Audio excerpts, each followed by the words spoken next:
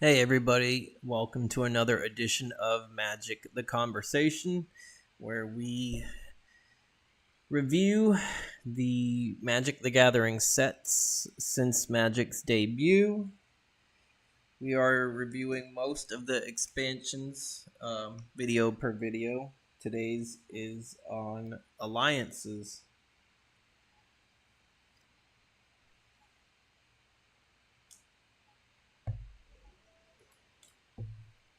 Alliances came out in June of 1996. It is the 8th set in the Magic the Gathering series. It was supposed to be like a continuation of the Ice Age block.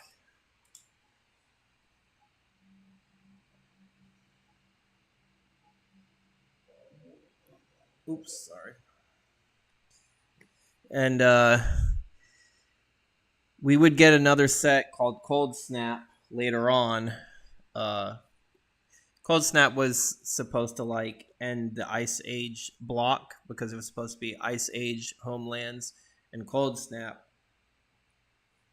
But Alliances ended up being the set they went with to end the block, so to speak. By ending the block, usually Magic stories would be told through 3 sets, and then they would focus on a new story.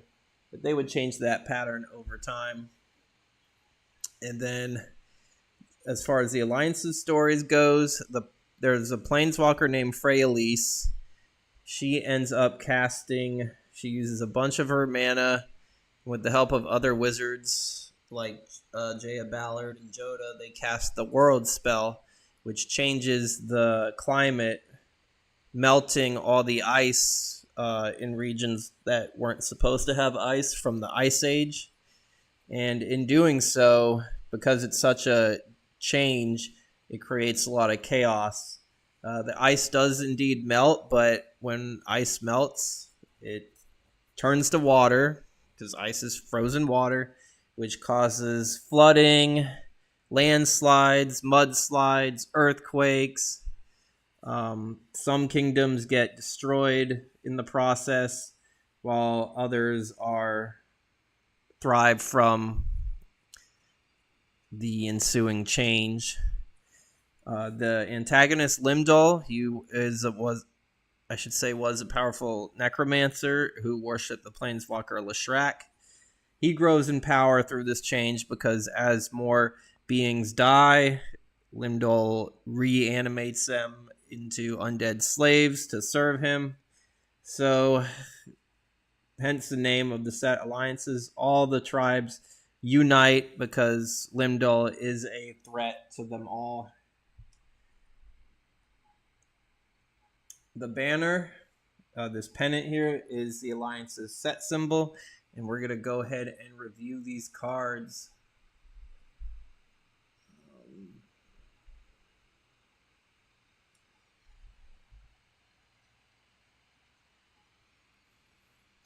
Starting off with the Aster Glider. It's a 2/1 flying for 3. It cannot block. Not a good creature. Sacrilege, a noble ally in life, made nothing more than a glorified kite in death. Arna Kinnarid, the Sky Captain. So the Aethers were metallic creatures, or metallic birds, and it looks like, according to this artwork and the flavor text, they actually used bones from giant birds that once lived to animate these things. Not a good card at all, though. Here's different artwork of it. I mean, the artwork is great for its time, but the card itself isn't good. 3 mana for a 2/1 flyer that can't even block. I mean, it has 1 toughness, so most of the time it's just going to die if it blocks anyway, but it not having that option. A fine example of the rewards of Artifice, a thoroughly obedient steed with wings of Soldavi steel. Agent of Stromgald. For 1 red, he's a 1/1. You can pay a red to add 1 black to your mana pool, play this ability as an interrupt. So if you're running a deck that needs black mana and you don't have any swamps out, but you have mountains or access to red, this is a creature that lets you filter that red mana into black. The Order of Stromgold spreads its poisonous lies from within Barchild's troops, and still she sees only visions of conquest. Levisa Cold Eyes, the Balduvian Chieftain. There's different artwork of him, but it looks like the same character, just wearing different clothes. The fabled Order of Stromgold is cast to the four winds, lost for all time. I, for one, give them no thought. General of Barchild. Alliances would be the last set where they would do multiple artwork for this a specific card for many years. Magic would end up having different artwork in the form of promotional cards for participation in tournaments or for grand prizes in the said tournaments when they would start like their tournament programs and Wizards rewards. Arcane Denial for 2 mana, counter target spell. That spell's caster may draw up to 2 cards at the beginning of the next turn, and you draw a card at the beginning of the next turn. Kind of risky, because it does give your opponent 2 extra cards. You get 1, but your opponent will have the card advantage. I guess if you are really needy for a counter spell, and you don't have the actual counter spell, then Arcane Denial could help in some way. It's just a risky move. Same card, same artist, just different artwork. Richard Kane Ferguson did a lot of his artwork was a bit abstract, but it still worked. Ashnod Silix for 2 mana. You pay 3, tap it. Target player looks at the top 3 cards of his or her library, puts one of them back on top, the other 2 are removed from the game. If you remember that Ashnod's defilement of Terrasera's resources outstripped even that of her peers.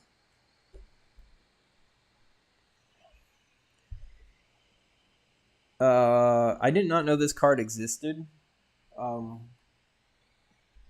It's not good, not bad.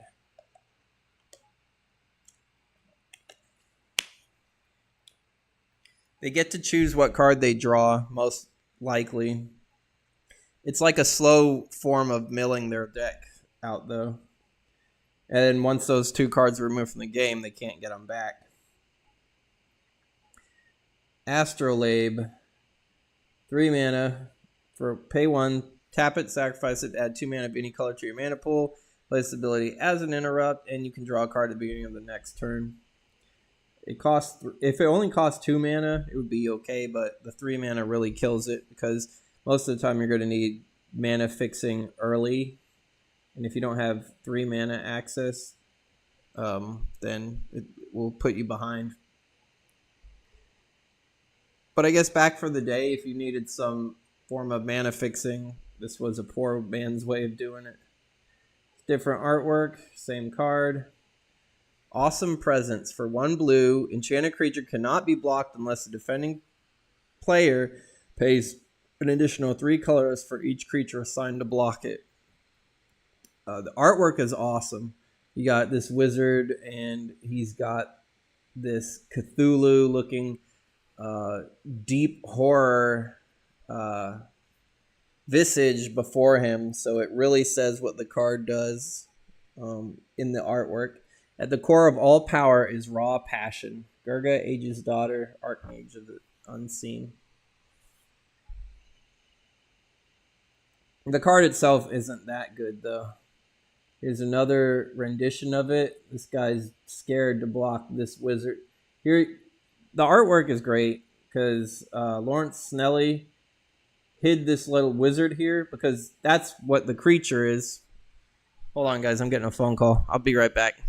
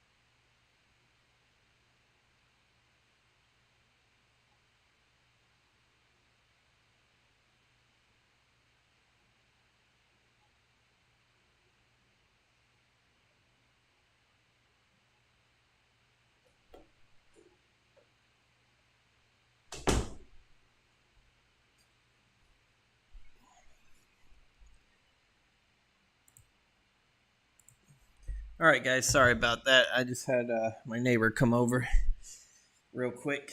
So we go back to what we're reviewing. We were talking about Awesome Presents, the wizards in the artwork here, and he has this aura on him of this giant aquatic monster, and this guy's too scared to even do combat with him.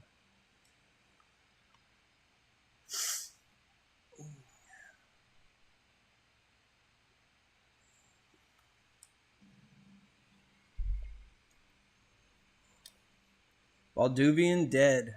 4 mana, 2/3 zombies. You can pay red and 2 colorless. Remove target creature card in your graveyard from the game to put a Graveborn token into play. Treat this token as a 3/1 black and red creature that can attack as soon as it enters the battlefield, but then you have to sacrifice the token at the end of your turn.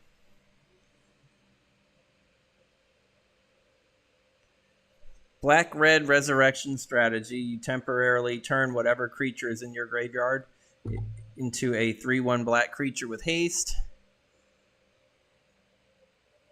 Not so good in today's standards, but if you build a deck around, just have like a bunch of weak creatures who have died in combat earlier. You cast Balduvian Dead later on in the game and you have access to the mana, because you don't even have to tap them. You can use this ability more than once a turn if you can afford it. The mana cost for it, and you have the creatures in your graveyard. If you had a bunch of 1/1 creatures, you just remove the 1/1 creature from your graveyard and you get a 3/1 if the opponent doesn't have anything to block with. It could end up being big damage for them.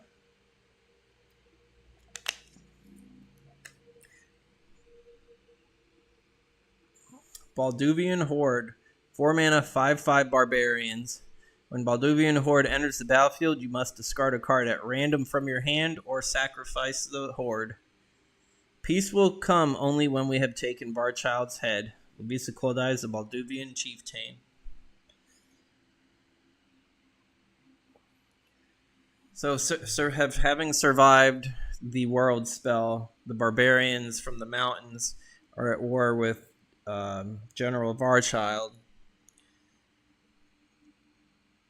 But eventually they'll team up against Limdol. 4 mana, 5/5. The cost where you have to discard a card at random is very risky. And unfortunately, the Horde doesn't have haste or trample, so that really lowers their power value. Balduvian Trading Post. When it enters the battlefield, sacrifice an untapped mountain or sacrifice Trading Post. You can tap it to add a red and a colorless to your mana pool. You could also pay 1 and tap it to deal 1 damage to target attacking creature. I did not know this card existed. Pretty good. You do lose an untapped mountain, which will set you behind for the turn, but the land makes up for it when you can tap it for a red and a colorless later on. And then this additional ability here is icing on the cake. Usually creatures that are like unblockable or have like 1 toughness or just 1 damage shy of dying from blocking, the Trading Post can just take care of that for you. Balduvian Warmakers. 5 mana, 3/3, Rampage 1. Now these guys can attack the turn they enter the battlefield, but they cost 5 mana. That's a bit costly. Those mewling barbarians will cower before my righteous steel, General Varchild. Different artwork. We send our best to battle, but every man, woman, and child will stand against Varchild's butchers. Levisa Koldai is the Balduvian chieftain. Benthic Explorers. 4 mana, 2/4 merfolk. You can tap them to untap target tapped land an opponent controls and add 1 mana of any type that land could produce to your mana pool. The Rising Oceans brought new lakes and new terrors to Terrasair. The explorers found their ancient enemies spawning everywhere. Yep, the oceans were rising because of the melting ice caps. So this vastly expanded territory for sea serpents, merfolk, and other aquatic races. I did not know this card existed either, that you could use one of your opponent's lands and add it to yours. Additional artwork. Distant Atlantis charged these explorers with task of venturing into unknown waters to track the despised Viscerids. Beastile Fury. Looks like King Kong. 3 mana. Draw a card at the beginning of the next turn after Beastile Fury enters the battlefield. If enchanted creature attacks and is blocked, it gets trample and +4 power until end of turn. This is really good in decks where if you have a creature that deals combat damage to the opponent, you get an effect out of it. Because your opponent will have to decide, do I block it and potentially take more damage? Or do I just let it get through and let the opponent get whatever bonus the creature does? And the card replaces itself.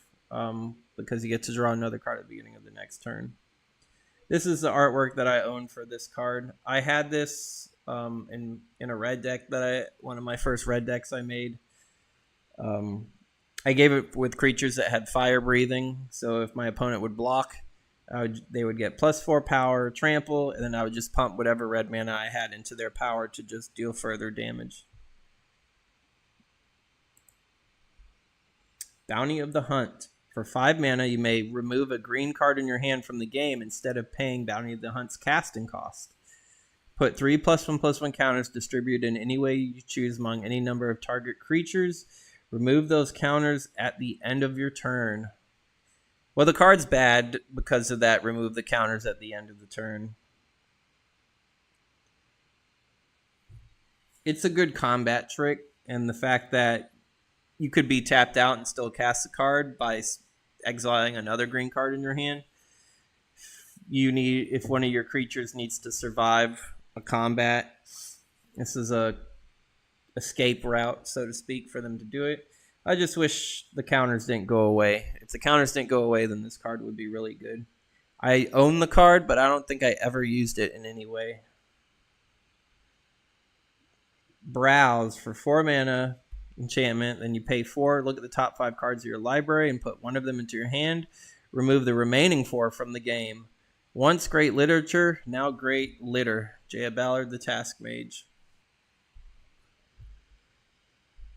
Definitely a risky way to, if you're looking for a certain card. Too risky, if you ask me.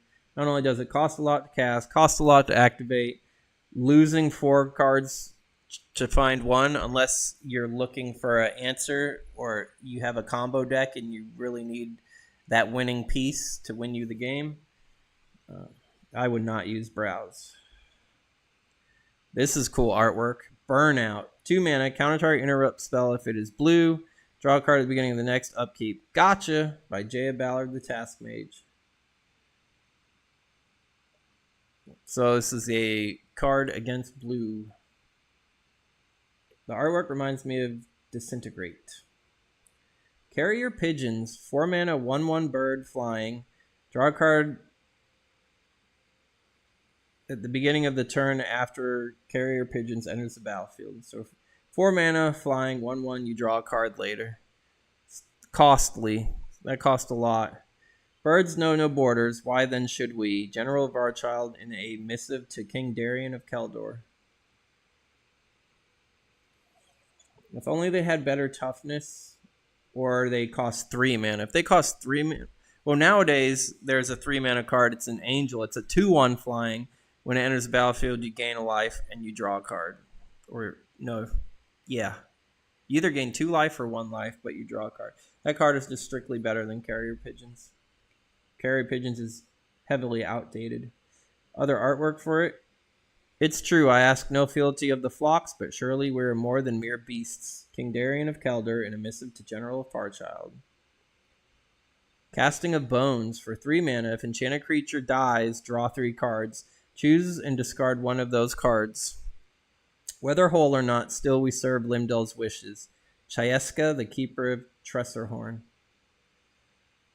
So you can either put it on an opponent's creature and have a spell, or have your creatures kill it. Then you get the reward of drawing 3 cards and you have to discard one. or put it on one of your own creatures that you sacrifice to do the same. Casting of Bones, 3 mana. Wait, is this the same card? Yes, it is. This is a reason why they stopped doing a different artwork, because they wanted the cards easier to identify right away. And I just was a victim of that, because I'm like, oh, okay, let me read this card. It looks new, but it's just different artwork of what I just read.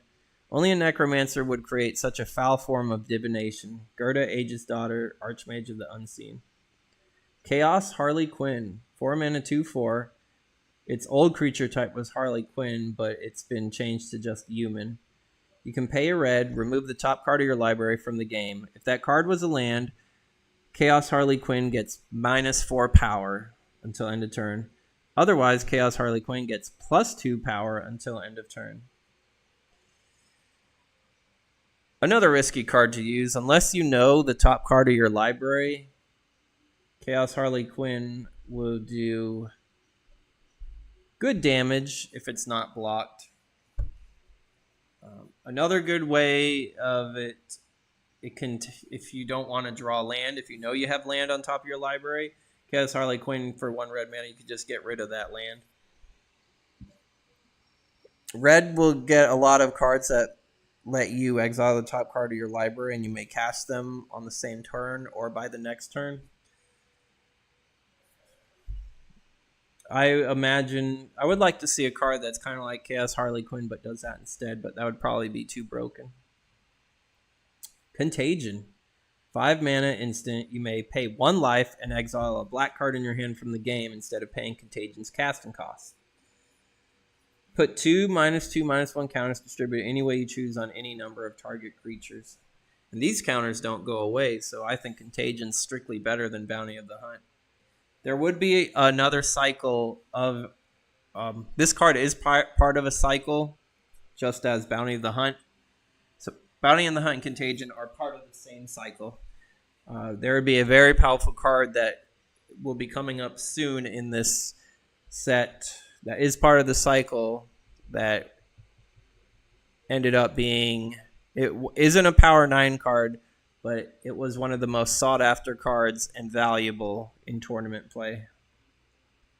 Deadly Insect. 5 mana, 6/1, cannot be the target of spells or abilities. Beautiful indeed, but 1 sting could fell a giant in a heartbeat. I can see it does have quite the stinger. I like bugs, and one of my first green decks that I wanted was a bug deck. It had killer bees, saber ants, but there weren't back in the day a lot of good competitive bugs. And Deadly Insect dies to everything in combat with its 1 toughness. But the fact that it has 6 power, sometimes it actually did do work for me. Here's different artwork. I assume these insects killed this elf because they have swarmed him and he looks pretty dead. There is no time for pain when this beast leaves its terrible sting. Jotho Carthalion, the Juniper Order Advocate. Death Spark. For 1 red instant, deal 1 damage to any target. At the end of your upkeep, if Death Spark is in your graveyard with a creature card directly above it, you may pay 1 colorless to put it back into your hand. Very good, cool, small burn spell that would definitely get back into your hand at least once if you're running creatures in your deck. Sometimes games are hinging on 1 life differences, or if you just need to kill a creature to do 1 more damage to it.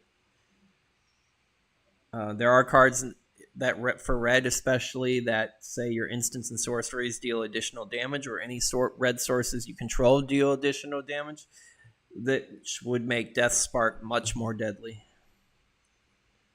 Diminishing Returns. 4 mana sorcery. Each player shuffles his or her hand and graveyard into their library. then removes the top 10 cards of their library from the game.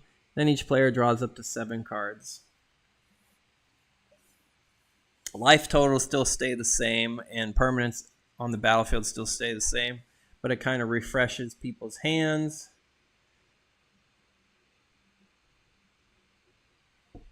Even though everyone's libraries would be 10 cards smaller, at least. Diseased Vermin. 3 mana, 1/1. During your upkeep, Diseased Vermin deals 1 damage to a single opponent that had previously damaged for each infection counter on it. If Diseased Vermin damages a player in combat, put an infection counter on it. So in other words, during your upkeep, for each infection counter on Diseased Vermin, any opponent who was damaged by Diseased Vermin takes that much damage.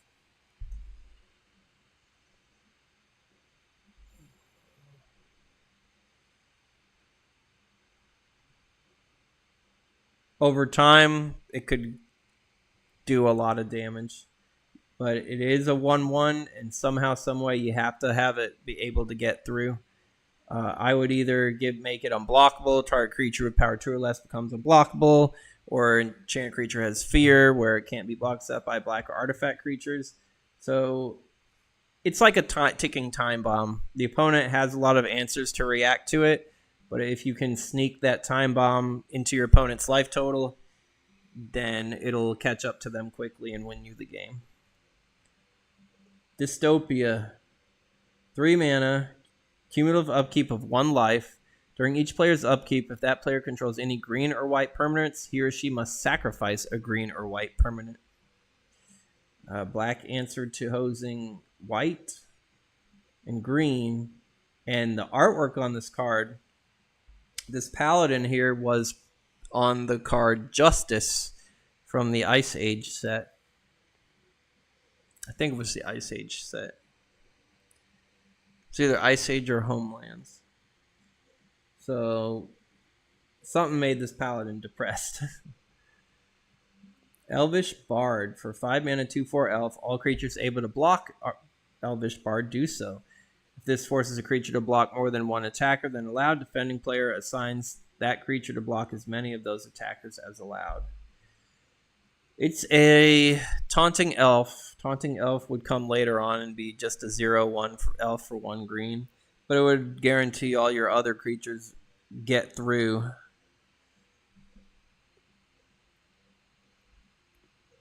So Elvish Bard does the same thing. All creatures able to block it do so.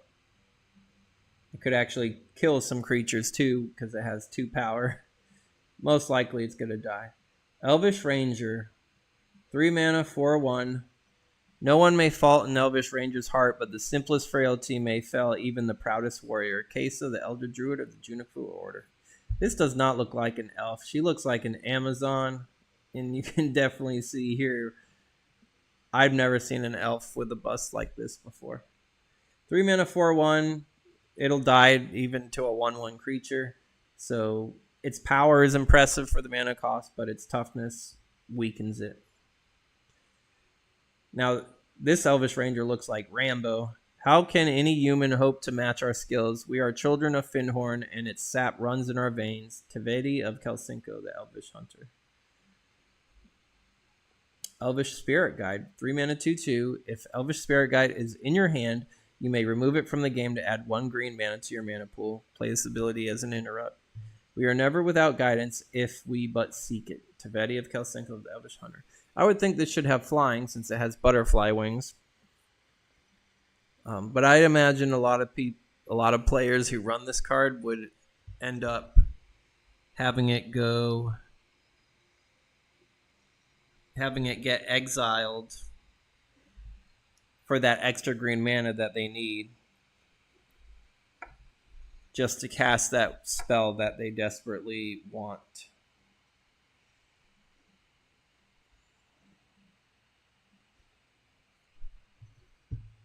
Next up is Energy Arc, the first dual color card in the set.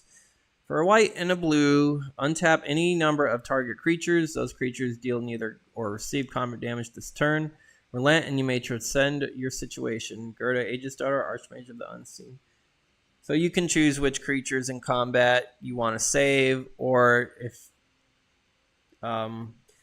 If your opponent attacks with like 20 creatures and you don't have any blockers, you can just cast Energy Arc and untap them all and they don't do any combat damage. It's a customized fog. Pretty good card. Enslaved Scout. 3 mana goblin. 2/2. You can pay 2 colors. It'll gain Mountain Walk until end of turn. Her soldiers' hatred for the goblins is tempered only by their need for what the goblins alone hold. Knowledge of their mountain home. King Darion of Keldor. Here's another artwork of it. Even the basest creatures may serve a purpose. Still, their lives need to be only as long as the paths we tread. So, the Knights of Keldor enslaved goblins and used them to guide them through the mountains because they were currently at war with the Balduvian barbarians. It's awfully... Even though white is like the color of justice and valor in Magic, it could also be for tyranny, absolute justice, retribution. So just because like a card or color is white doesn't mean it's always going to be good. It's from a moral compass point of view. Errand of Duty. 2 mana. Put a Knight token onto the battlefield. Treat this as a 1/1 white creature with banding. Banding. Call every able sword to our side. Keldor will stand triumphant. King Darion of Keldor. May they speed to their task, for the Sky Knights alone cannot hold Keldor safe. Such a tiny knight compared to this horse. Exile. For 3 mana, remove target non-white attacking creature from the game. You gain life equal to that creature's toughness. Really good card against big creatures, as long as it's not white. False Demise. If enchanted creature would die, return it to the battlefield instead. Far too many of our missing dead seem to be turning up in Varchal's ranks. King Darion of Keldor. Here's different artwork.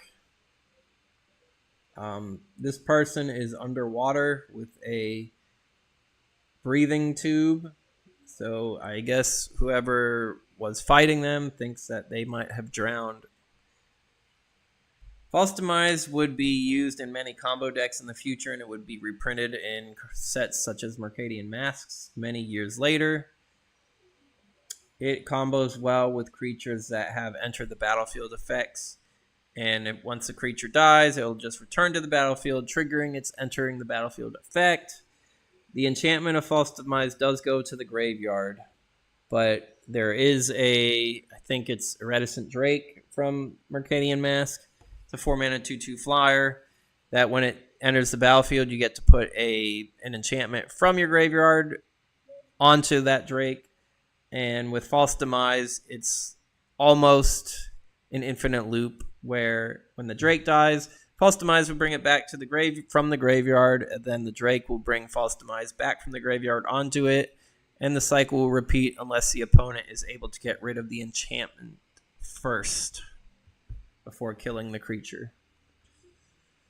Fatal Lore. 4 mana. Target opponent chooses 1.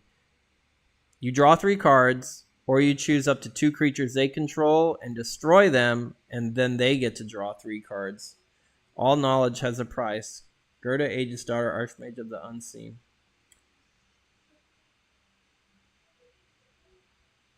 Either way, I don't know. I don't know about this card. If you kill 2 of your opponent's creatures, they're going to draw 3 cards. So that's still card advantage on their end. And if the opponent wants to save their 2 creatures and have you draw 3 cards, I don't know. I think against a good player, the player would always choose to draw 3 cards at the cost of their 2 creatures, unless they were betting that you weren't going to draw any threats. Feast or Famine. 4 mana, instant. Destroy target non-black, not artifact creature. or put a zombie token onto the battlefield. Treat this as a 2/2 black creature. We are not yet free of Lindell's terrors. Halvar Aronson, the Kelderin Priest.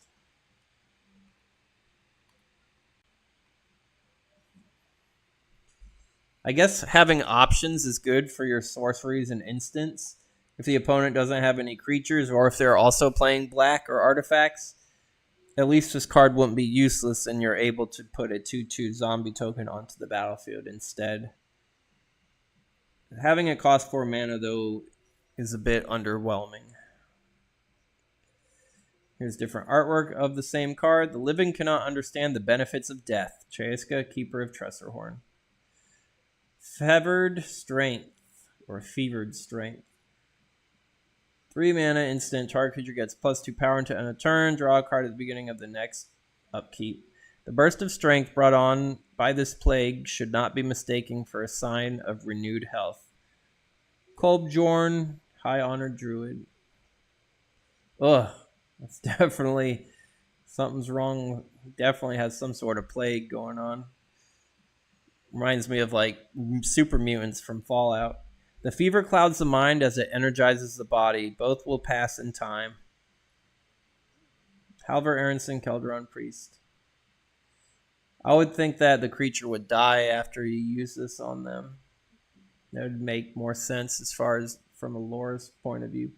Floodwater Dam, 3 mana artifact. You have to pay X twice and a colorless to tap it to tap X target lands. I did not know this card existed. Viscerid Dams may be of living creatures as well as bones and mud. The Viscerids were a species of the Homerid warriors. They were the crab people from the Ice Age and the Homeland sets that were usually warring for territory with the merfolk. I don't know if Alliances has any actual Viscerid creatures in it, though. Force of Will. This is the tournament powerhouse and part of that 5 cycles that I was talking about, where you're able to exile a card from your hand instead of paying the mana cost as long as it matches the color. You may pay 1 life and remove a blue card in your hand from the game instead of paying Force of Will's casting cost. Effects that prevent or redirect damage cannot be used to stop this loss of life. And all you simply do is you counter a spell. That might not seem like such a big deal, but because it's so powerful, anytime you're using a deck that has counter spells, you always have to hold mana untapped to be able to afford your spells to counter your opponent's cards. Force of Will put your opponent into a false state of security. In their minds, they're thinking, oh, my opponent tapped out. They don't have any lands to tap. That means they don't have any counter spells to use. I'm free to use my powerful card. I'm safe to cast my game-winning card right here and now. Now's my chance to use it. He's tapped out. So I cast my card, and my opponent says something from like Yu-Gi-Oh! You've just activated my trap card. They cast Force of Will as long as they have a blue card to throw out. And then the spell's countered, and then the opponent's like, oh, I didn't see that coming.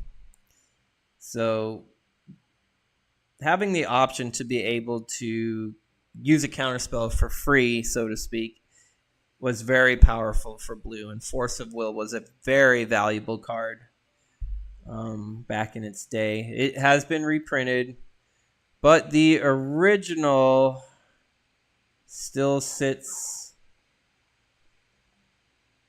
at roughly $68 according to Scryfall. You can see it was a promo here, and this card goes for like $429, and the Amoket version reprint goes for $205. So it's still a valuable card in today's standards. Foresight. For 2 mana, search your library for any 3 cards and remove them from the game. Shuffle your library afterwards. You draw a card at the beginning of the next upkeep. If you have to thin out your library for 3 cards, I don't know why you would. It would be very, very circumstantial. So not a good card. And they made other artwork of it. Findhorn Druid, 3 mana, 2/2. If it dies from the graveyard the same turn it was blocked, you gain 4 life. So if Findhorn Druid dies on the same turn it was blocked, you gain 4 life. Okay, I read that correctly. All struggles ultimately require sacrifice. It's just that some sacrifices are more dear than others. Jahul Carthalion, Juniper Order Advocate. I did not know this card existed, but at the same time, I could live without it. Here's different artwork of it. Honor those who honor Findhorn above themselves. Kolbjorn, the High Honor Druid. Gargantuan Gorilla for 7 mana, 7/7. So far, so good. During your upkeep, sacrifice a forest or sacrifice Gargantuan Gorilla and it deals 7 damage to you. That's not so good. If you sacrifice a snow-covered forest, Gargantuan Gorilla gains trample until end of turn. That's good. You can tap it. Gargantuan Gorilla deals an amount of damage equal to its power to any other creature. That creature deals an amount of damage equal to its power to Gargantuan Gorilla. So the Gorilla fights target creature.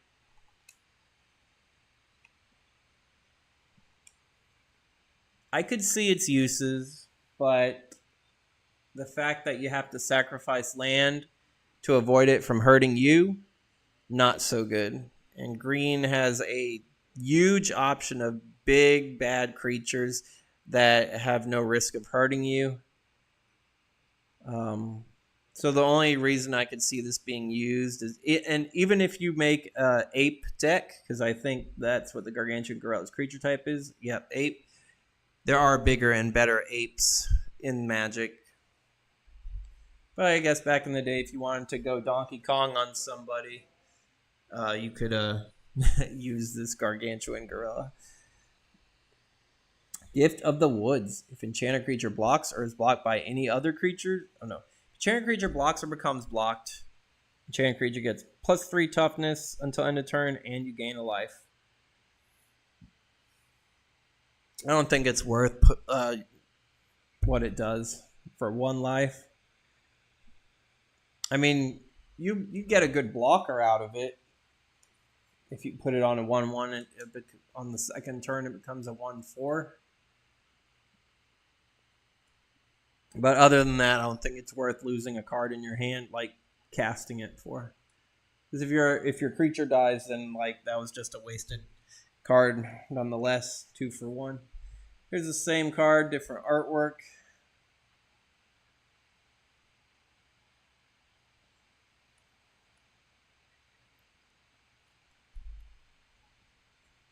Gorilla Berserkers.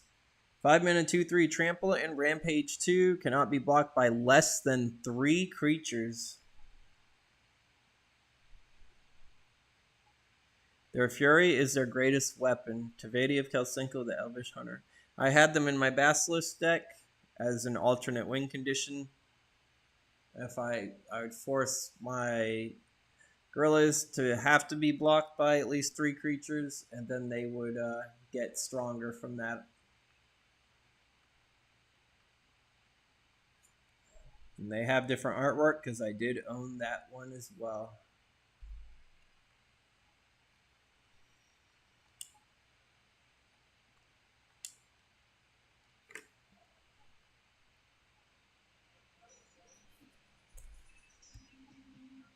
Gorilla Chieftain, 4 mana, 3/3 with regeneration.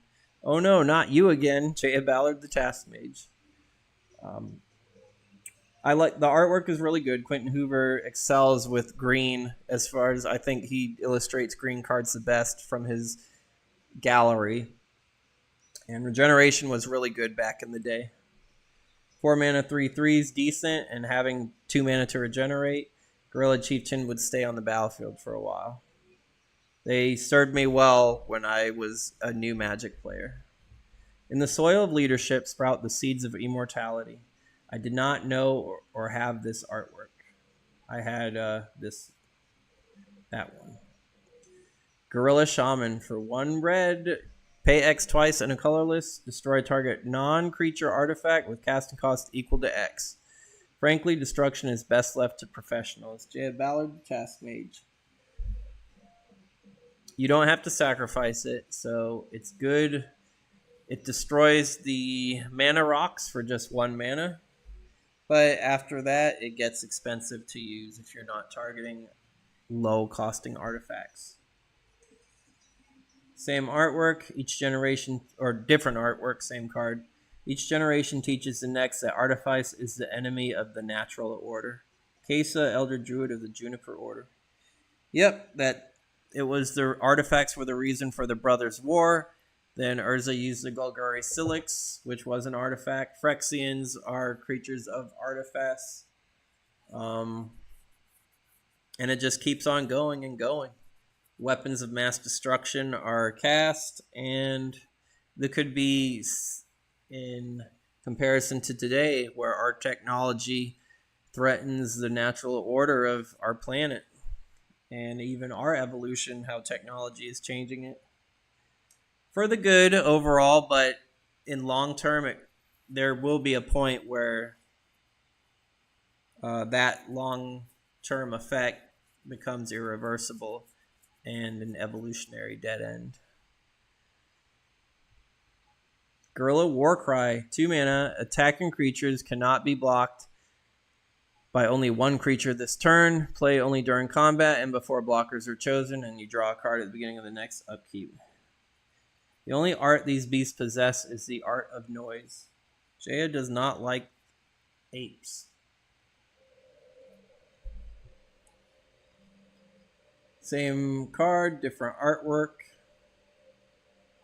Theirs is the Art of Blood. Jahil Carthalion, Juniper Order Advocate. Gurella Tactics. 2 mana. Gurella Tactics deals 2 damage to target creature or player. If a spell or effect controlled by an opponent causes you to discard this card, reveal it, and it does 4 damage to target creature or player instead. Pretty good card. There are not a lot of cards in Magic that trigger from your opponent discards, so it's really good against black, because black is the number 1 color to force opponents to discard their cards.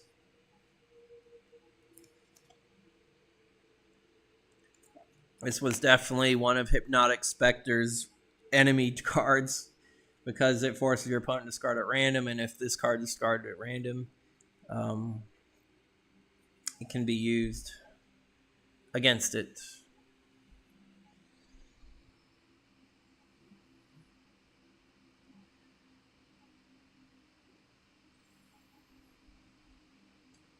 I didn't know it had different artwork. I guess this guy triggered a booby trap. He's going down. Gusta's Scepter. I don't know who Gusta is. For 0 mana. If it leaves play or you lose control of it, put all cards under Gusta's Scepter into your graveyard. You can tap it to put any card from your hand face down under the Scepter, and you may look at that card anytime. Or you could tap it to return any card from the Scepter back to your hand. I don't know why you would want to put cards on the Scepter unless you're using spells that say discard your hand, draw X cards. If you don't want to discard a card in this way, you can put it on the Scepter as like an additional hand. And then when you use your discard hand spell, you could put the chosen cards back in your hand. It could also be used against discard too if you don't want your opponent to force you to discard a certain card. Just put it on the Scepter. Scepter does cost 0, so that has it going for it. I did not know this card existed at all either. Hailstorm for 3 mana. Hailstorm does 2 damage to each attacking creature and 1 damage to you and each creature you control. If they can't take the hail, they'd better stay home. Arna Kennerid, the Sky Captain.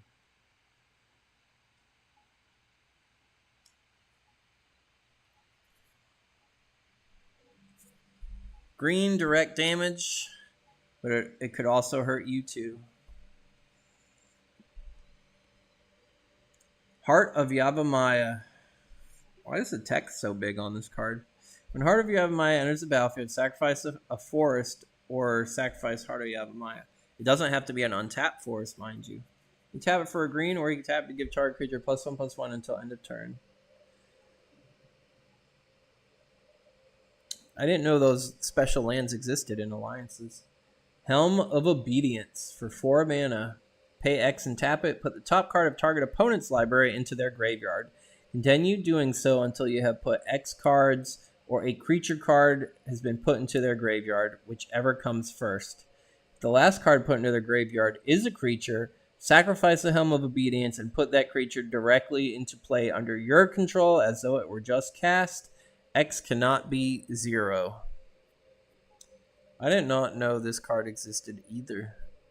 It's a clever way to steal one of your opponent's creatures, but you don't know what it'll be. It'll be a surprise for both you and your opponent, unless you have decks that manipulate their library. Inheritance. For 1 white, it's an enchantment. Pay 3 mana, draw a card. That's already awesome. Use this ability only when a creature dies, and only once for each creature who dies in this way. Alright, I knew there was like a catch to this because it would have been too good otherwise. More than lessons may be gained from the past. Halvar Aronson, Keldron Priest. I did not know this card existed either. It'd be good in deck set where you have a lot of creatures to sacrifice, and that you had the mana to afford to draw a card for each. Insidious Bookworms for 1 black, 1/1 worm. Pay 2, target player discards a card at random from their hand. Can only use this ability when Insidious Bookworms dies, and you cannot spend more than a black and a colorless in this way. So they have to die in order to get their use from, and you have to have mana open for when they die. Not so good. Different artwork, same card. Ivory Gargoyle, 5 mana, flying 2/2. When Ivory Gargoyle is put into the graveyard from the battlefield, put it into play under its owner's control at the end of the turn, and you skip your next draw step. You can pay 5 to remove it from the game entirely.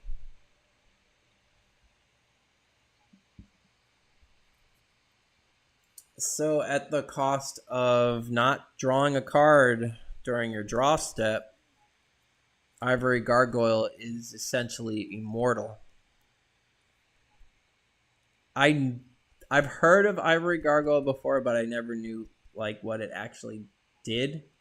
That's still a pretty powerful card. And if you skip your draw step, that means you can't lose the game to not having any cards in your library unless your opponent forces you to draw a card outside of your draw step. And if you have a way for the Gargoyle to keep dying, it'll just come back onto the battlefield at the end of the turn. Good card. I wish I had it. Juniper Order Advocate for 3 mana. As long as Juniper Order Advocate is untapped, all green creatures you control get +1/+1. So this is good in a green-white deck. In these troubled times, we alone carry the hope of reconciliation between elf and human. So here we see the humans trying to form an alliance with the elves against Limdol.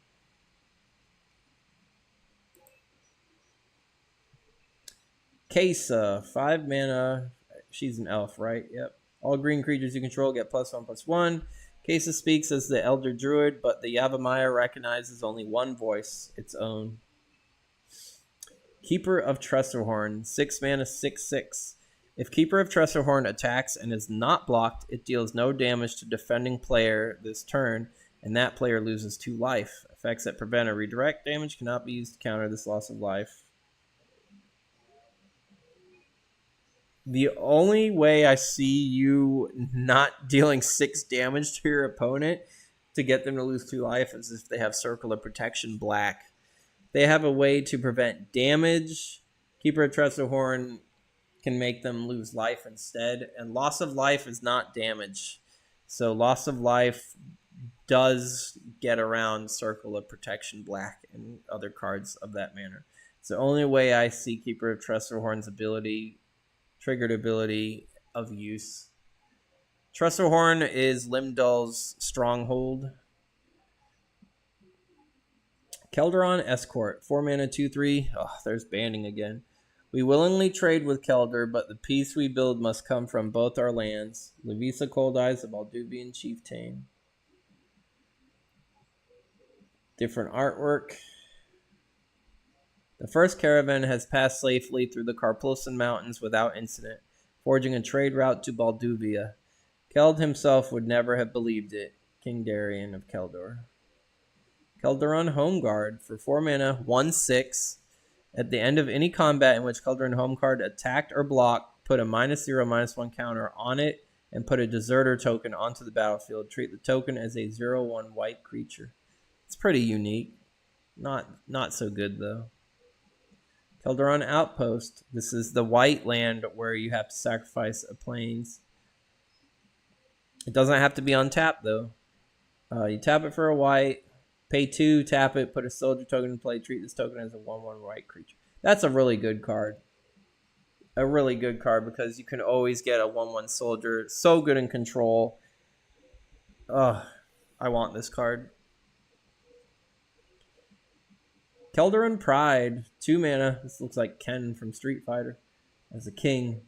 Enchanted creature gets +1/+2. You can pay a blue and 2 to switch Keldaron Pride from one creature it enchants to another. The target must be legal. +1/+1/2 isn't anything. I don't think it's worth it. It's interesting though. The artwork's pretty cool. Here's another one. Although she's got the pride of a bear. Krovikan Horror. Oh, this looks awesome. 4 mana, 2/2 horror. At the end of any turn, if Krovikan Horror is in your graveyard with a creature directly above it, you may put Krovikan Horror into your hand. You can pay 1, sacrifice a creature to have Krovikan Horror deal 1 damage to target creature or player. The artwork is really good. I like it a lot. And for what it can do, if you have like a token deck with a lot of small creatures, Krovikan Horror can just sacrifice them over and over again to whittle your opponent down or to clear the battlefield with. Krovikan Plague, 3 mana, play on a non-wall creature you control. Draw a card at the beginning of the next upkeep after it enters the battlefield. For free, you can tap enchanted creature to have Krovikan Plague deal 1 damage to target creature or player, and then you put a -0/-1 counter on the enchanted creature. Not good at all. You're going to end up killing your own creature just to deal 1 damage to a creature or a player over time. The fact that it kills your creature means, like, I don't think you're going to get the best out of it unless you have a way to remove counters from your creature. Lake of the Dead. When Lake of the Dead enters the battlefield, sacrifice a swamp or bury Lake of the Dead. You can tap it for a black, or you could tap it, sacrifice a swamp, add 4 black mana to your mana pool. That's really good too. And this artwork is awesome as well. I had no idea that Alliances had these really good lands. And apparently that land is worth $83. Lotnam's Legacy, 2 mana. Choose a card from your hand and shuffle it. Choose a card from your hand and shuffle that card into your library to draw 2 cards at the beginning of the next turn. Lotnam has bequeathed us the secrets. With them we shall attain true enlightenment. Gerda, Aegis Daughter, Archmage of the Unseen. So if you don't need this card in your hand, let's say you just drew another island and you already have 8 on the battlefield, you can use the Legacy to put the land in, shuffle it into your deck, and draw 2 new cards. Not bad. Different artwork. All the knowledge of Lotnam could not protect its sages from the brothers were. Gerda, Aegis Daughter, Archmage of the Unseen. Library of Lotnam. Target opponent chooses 1. You draw 3 cards at the beginning of the next upkeep, or you search your library for a card and put it into your hand, then shuffle your library. Almost always, the opponent is probably going to just have you draw 3 cards, because if you get to search your deck for any card, that means you're going to most likely grab a card that's going to be of very immense use to you. So they're going to have you draw 3 cards in hopes that they don't draw an answer that they would definitely choose. And 5 mana is a lot to do for that. Limdal's High Guard. I love this artwork. I had this card, and it has an alternate art. I had both versions, I believe. 3 mana, 2/1, first strike, and regeneration. The guard will forever stand ready. For them, death is merely an inconvenience, not an ending. Keeper of Tressorhorn. First Strike's really good, and Regeneration just makes it even better. Yes, I did. This is the first version that I had. When I first saw this card, I thought it was the most awesome looking skeleton in the game, and it is currently my favorite card in the Alliances set. I do love my skeletons. Death does not prevent us from service to our absent master. As long as Tressorhorn stands, so shall we.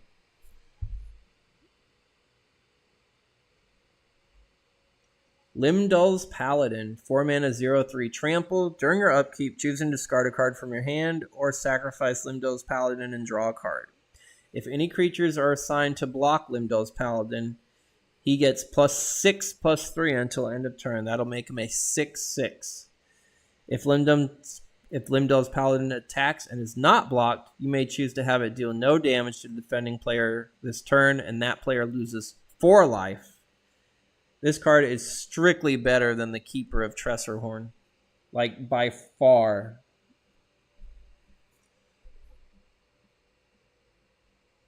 Limdol's Vault. Black and a blue. Instant, look at the top 5 cards of your library. As many times as you choose, you may pay 1 life to put any of those cards on the bottom of your library and look at the top 5 cards of your library. Shuffle all but the top 5 cards of your library. Put those 5 on top of your library in any order. Effects that prevent or redirect damage cannot be used to counter this loss of life. So each time you look at the top 5 of your library, if you don't like what you see, you may pay a life and put that stack back and start again. And then once you're happy with the chosen 5, you shuffle your deck, and then you put the 5 back on top in any order.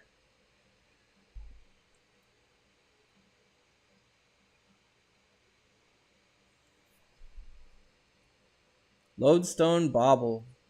Pay 1, tap it, sacrifice Lodestone Bauble to put up to 4 target basic lands from any player's graveyard on top of their library in any order. That player draws a card at the beginning of their next turn.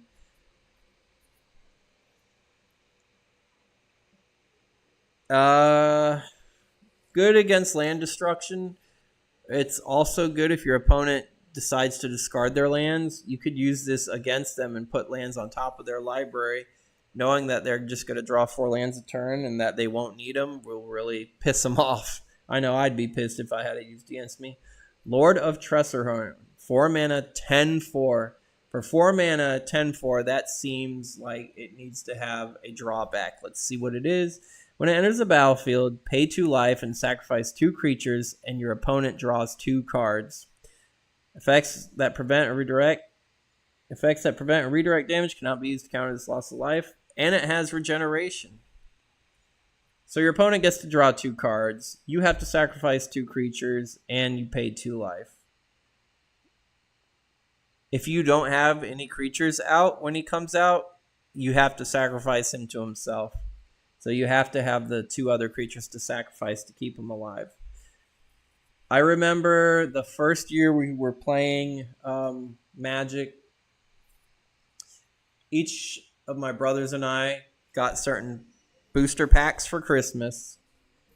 And my youngest brother at the time, Jameson, who was playing Magic, he's the one who beat me with the Akishan Lieutenant that I talked about in the last stream, in the Fallen Empire stream, I think it was. He ended up opening the Lord of Tressorhorn, and when I first saw the card, I'm like, the artwork is awesome. I'm like, 4 mana, 10/4? Wow, that's incredible. So he did have this card, even though it has such a price to it as far as the opponent draws 2, you sacrifice 2 creatures. But a 10/4 with regeneration for 4 mana, I think is still worth it. Depending on the deck your opponent is playing. If your opponent is playing a lot of removal, then most likely Lord of Tressorhorn's not going to survive. Unless the regeneration keeps it. It depends on what kind of removal. If he's against white, I think white is the most powerful color to deal with this card.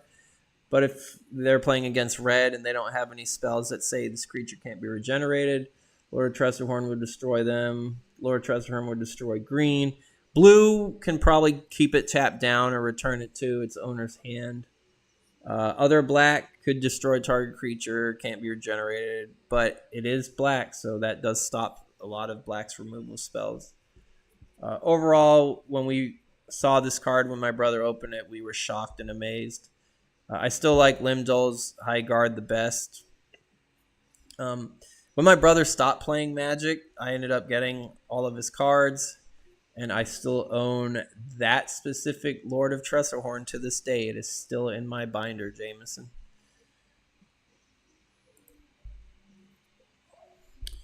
Martyrdom for 3 white. Until end of turn, you may redirect to target creature you control any amount of damage. Martyrs are cheaper than mercenaries and far better investment. General of Archild.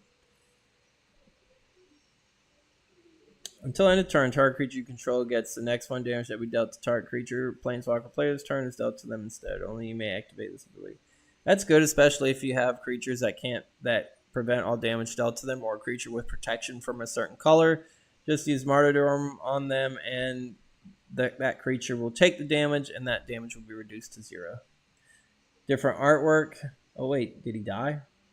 Oh yeah, he did die. So in this case of artwork, it's instead of a side-by-side comparison like a wallpaper, it's telling a story.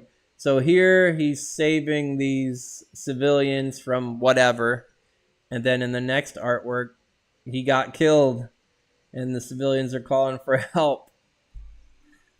That's awesome. I like the cards themselves when they tell a story. The only true immortality is in dying for a cause. Halva Ernson, the Kelderin Priest. Misfortune. What'd she do? She's casting a spell. She slipped and fell into her magic mirror. That's what it looks like. I've never seen this card before. For 4 mana, target opponent chooses 1. You put a +1/+1 counter on each creature you control, gain 4 life, or you put a -1/-1 counter on each creature they control, and Misfortune deals 4 damage to him or her. Either way, it's setting you up and putting them behind.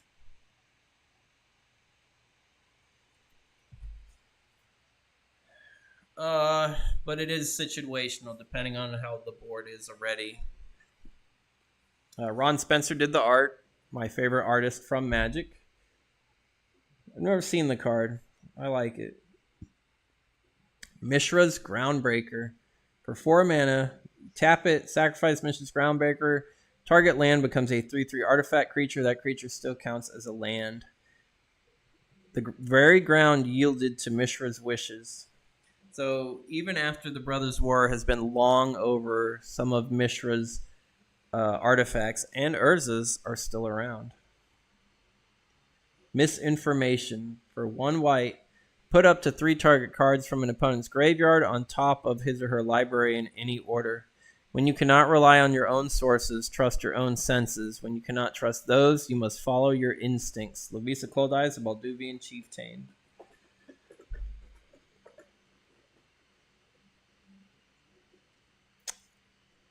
I guess the only time, like I was saying earlier, where you would put lands on top of their library. I don't know why you would want to run this card regularly to give your opponent back things that have died, unless it's lands. Or maybe weak creatures that, if they're hoping to draw into a really good spell for late game, you can give them back some of their weaker creatures or cards that won't have such an impact. Mystic Compass. For 2 mana, pay 1, tap it, target mana producing land becomes a basic land type of your choice until end of turn. And I say north is where I want it to be. Jaya Ballard, Task Mage. I used this card in my Sea Serpent deck. I would just change one of my opponent's lands into an island, granting my Sea Serpents and fish and sharks and Leviathans able to attack my opponent. Nature's Blessing. For 4. Pay a green and a white. Choose and discard a card from your hand to have target creature gain banding, first strike, or trample, or get a +1/+1 counter. Be open to the blessings, whatever their form. Case of the Elder Druid or the Juniper Order. The fact they have to discard a card is kind of bad. The +1/+1 counter is really great though. But they only get the other ability onto end of turn, right? Discard a card, +1/+1 counter target creature, or that creature gains banning for strike or trample. Oh, the effect. Okay, it's not bad. The effect lasts indefinitely. I thought they only got that ability until end of turn. Okay, the card's not bad then. It's worth it that they get to keep. I don't care about banding, but first strike and trample that they get to keep it, and the +1/+1 counter. That's really good. I want the card now. There are a lot of cards from this set that I want now. Nature's Chosen for 1 green. Play only on a creature you control. For free, you can untap enchanted creature. Use this ability only during your turn and only once each turn. Or you can tap enchanted creature, untap another creature, artifact, or land. You can only use it once each turn and only if the enchanted creature is white. It's good to put on a creature that taps for more than 1 mana. There are a lot of elves that would come later on in Magic that would tap for a lot. Nature's Wrath. Oh, 6 mana enchantment. I've never seen this card. Let's see what it does. During your upkeep, pay a green or sacrifice Nature's Wrath. Whenever a player puts a swamp or a black permanent onto the battlefield, they must sacrifice a swamp or black permanent. Whenever a player does the same with a blue permanent or an island, they must sacrifice an island or a blue permanent. So it's a green version that messes with black and blue. Having it cost 6 mana is a lot, but green has no problem with mana costs. Noble Steeds for 3. Oh, it's enchantment. It's not a creature. Pay 2. Target creature gets first strike until end of turn. Only an animal born in the wild has sufficient heart to be a true knight's steed. That's interesting.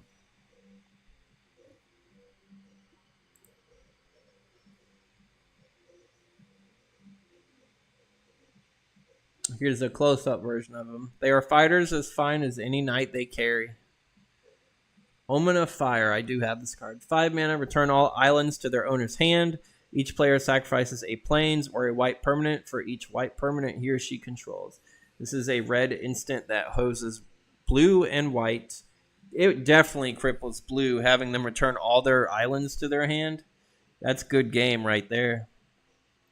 At least white has the ability to choose whether or not they want to sacrifice their permanents or their plains or not. But blue doesn't have that choice. Let Balduvia burn to warn Kelder's heart. Phantasmal Fiend. 4 mana, 1/5. Can pay a black to change its power and toughness from +1 to -1 until end of turn. You can pay a blue and a colorless to alter its power and toughness until end of turn. So you could pay a blue and a colorless, and he becomes a 5/1, and then you could change his power and toughness like at will, what you want it higher of with black. Even better with if he's in a blue deck. He's okay. Here's his whole body. It looks cool. I like this art better than his close-up.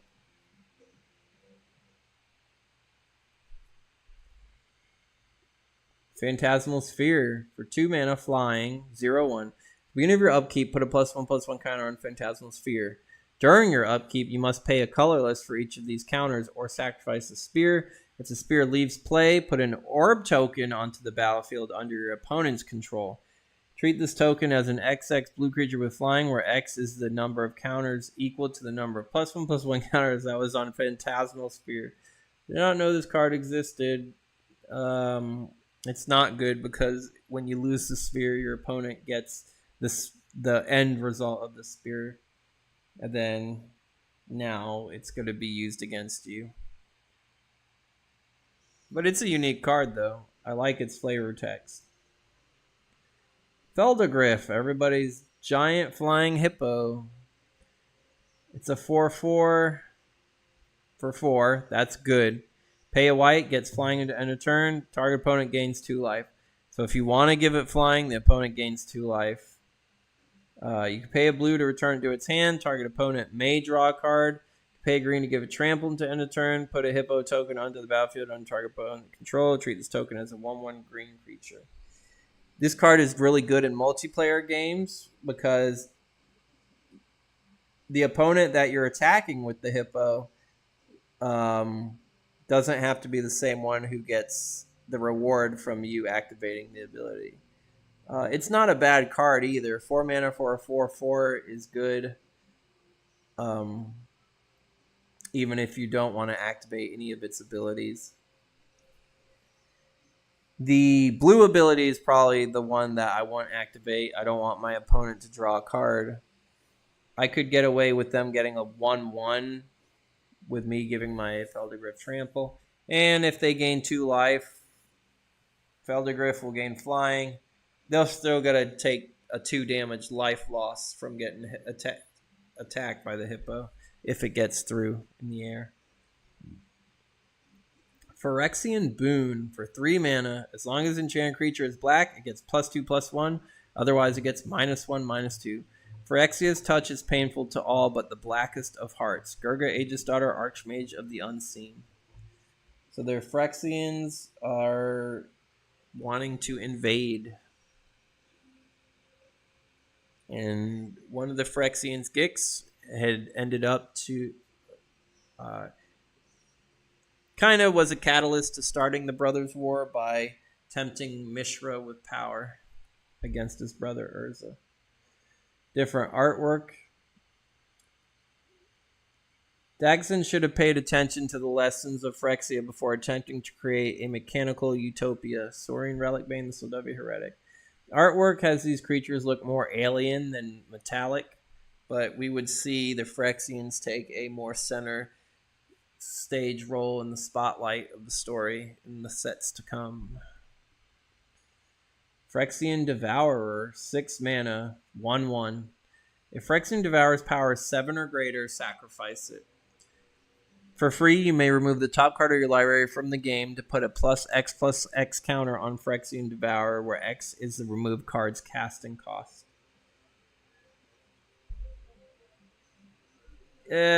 Not good, because unless you have library manipulation, you don't really know how big it's going to get. And it has a limit, and once it hits that limit, it's immediately destroyed. And it doesn't have trample or anything like that, so not worth it in my opinion. Phyrexian Portal for 3 mana. I've never seen this card. Pay 3. Target opponent looks at the top 10 cards of the library and separates them into 2 face-down piles. Choose one of those piles and remove it from the game. Search the remaining pile and put one of those cards into your hand. Shuffle the remaining cards into your library. Ignore this effect if you have fewer than 10 cards in your library. Interesting. It's like a... there will be a lot more cards where your opponent gets to separate into 2 piles, and then you choose the pile you want.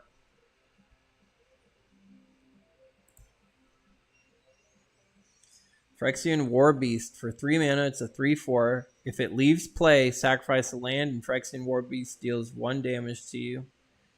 3 mana, 3/4 is good, but when it dies, the drawback is not so good. Deal with the spawn of Phyrexia cautiously. Only with time may we control them. Arkham Daxon, the Soldavi Machinist. I can't even tell where this thing's head is. I assume this is its head here. Oh, yeah, because this is a mouthful of teeth. It's got a weird, like, anglerfish with legs design.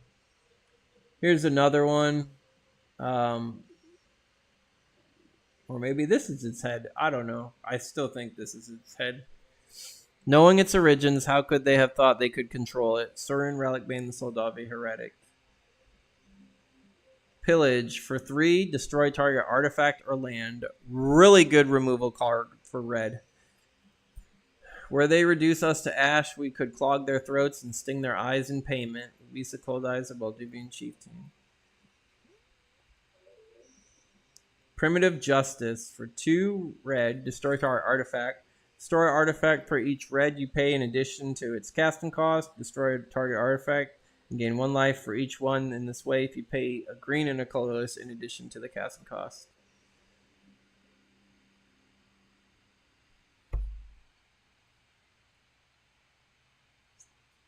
This card's definitely good against artifact decks. You would get a lot of rewards out of them for each time you pay either the red or the green mana cost.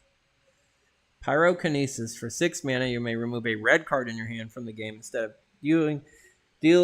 casting it.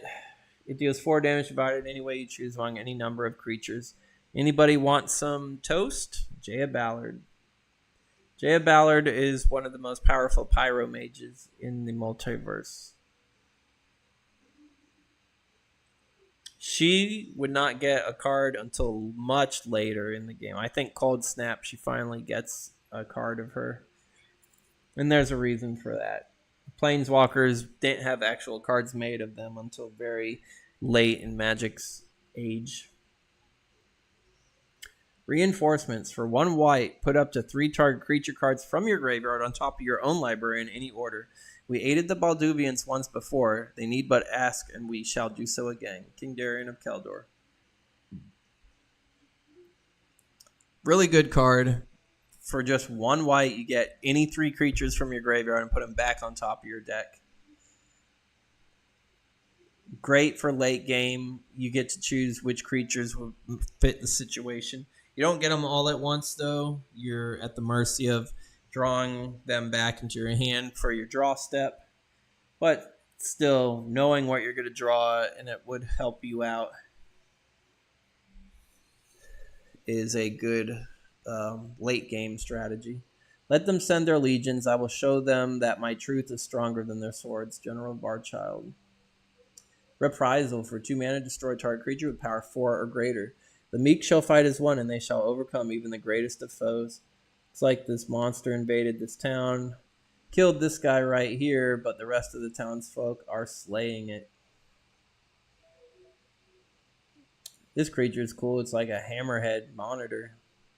Keldor's borders are secure, and its citizens are prepared to take up arms in defense of their families. Well, this thing mortally wounded this guy, but the rest are going to take it down. This guy's wearing in his underwear. Ritual of the Machine. For 4 mana, this gives me Frankenstein's vibes. Sacrifice a creature to gain control of target non-black, non-artifact creature. Rumors persist of dark deeds performed in the depths of Soldev. When will Dagson heed the danger there in Saurian Relic Bane, the Soldavi Heretic? I did not know this card existed. You sacrifice one of your creatures to gain control of a non-black, non-artifact creature. That's really good. You can steal your opponent's dragon and sacrifice one of your creatures. Rogue Sky Captain. I've never seen this card. 3 mana for a 3/4 flying. That's really good. At the beginning of your upkeep, put a wage counter on Rogue Sky Captain. During your upkeep, pay 2 for each wage counter on the captain, or remove all wage counters from it, and target opponent gains control of it. There's its drawback. But if you could swing for 3 damage with a 3/4, like at least twice, you're still going to be ahead on the life total side of it. And then your opponent will start having to pay the price and swing at you with it. And then if they're not able to afford it, it'll go back to you. And as long as the Rogue Sky Captain lives, it'll just keep going back and forth on the battlefield. Great card. I wish I owned it. I mean, it's not the best card, believe me. It does have its drawbacks, and I don't see it winning any tournament games or anything like that. But for kitchen table games, I think it's a fun card. Royal Decree. For 4 mana, it's cumulative upkeep of a white. Whenever a swamp, mountain, black permanent, red permanent becomes tapped, Royal Decree deals 1 damage to that permanent's controller. Definitely an enchantment, a white enchantment that hurts black and red. Royal Herbalist. For 1 white, you can pay 2, remove the top card of your library from the game to gain 1 life. Just as the Herbalist heals a wound, so must we heal the rift between Balduvia and Keldor. King Darian of Keldor. Not good. I don't want to exile cards from the top of my deck just to gain 1 life. If it was 2 life, then it'd be worth it, but not just for 1 life. Here's a female one. It's not so easy anymore. Nothing grows in Keldor but seaweed. Halvar Aronson, the Keldoran Priest. Scarab of the Unseen. Pay 2. Tap, sacrifice, return Scarab of the Unseen. Sacrifice Scarab of the Unseen to return all enchantments on target permanent you own to their owner's hand. Draw a card at the beginning of the next upkeep. Yes, if you want to redistribute your enchantments, that's the only good reason I could see you use this card, but I don't think it's good enough. Scars of the Veteran, 5 mana. It's the white removal. You may exile a white card from your hand instead of paying the cast cost. Prevent up to 7 damage to target creature or player. For each 1 damage to a creature prevented in this way, Scars of the Veteran put a +0/+1 counter on that creature at end of turn.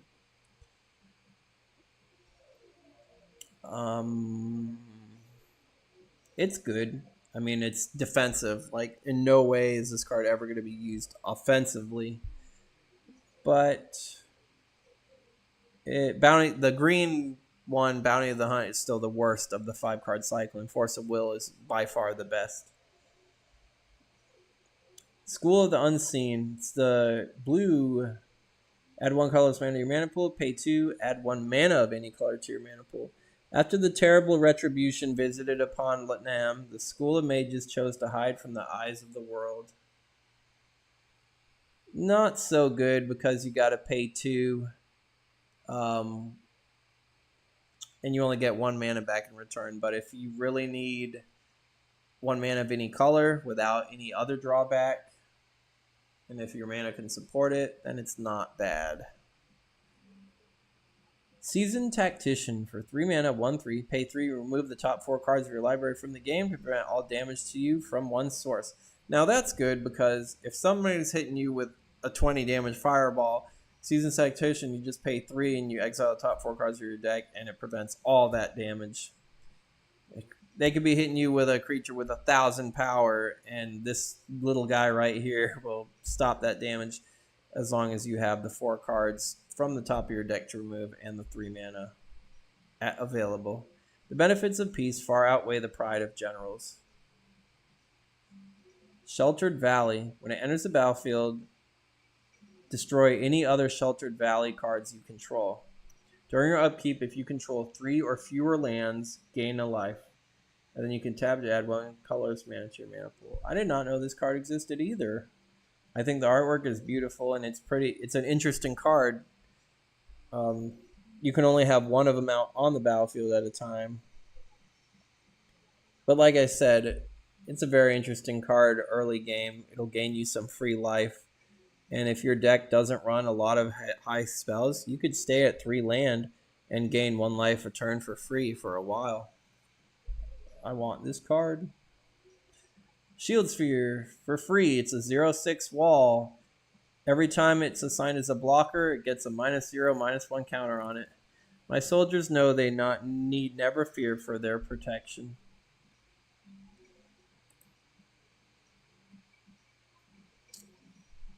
Soldavi Adnate. For 2 mana, you can tap it, sacrifice a black or artifact creature to add an amount of black mana equal to that creature's casting cost to your mana pool. Play this ability as an interrupt.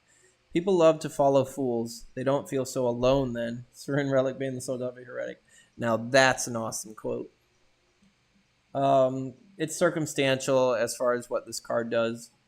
If you really need to cast a big black or artifact creature spell, you have to have an equal of that creature already out on the battlefield to sacrifice for that mana.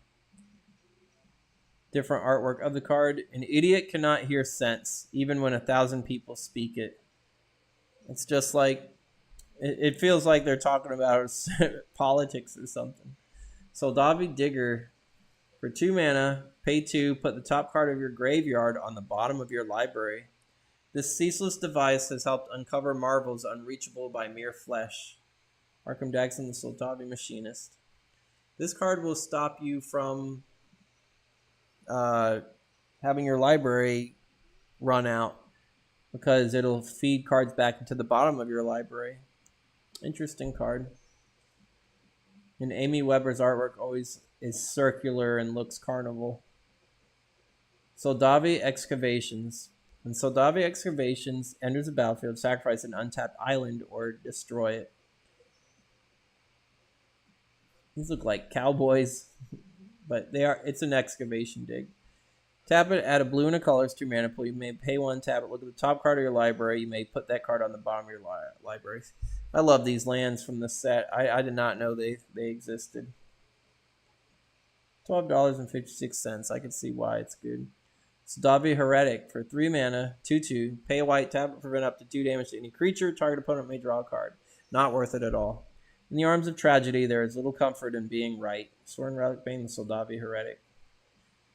Different artwork, same card. It cannot be. Soldev Crushed and My Machines to Blame. Arkham Dagson, the Soldavi Machinist. Soldavi Sage for 2 mana.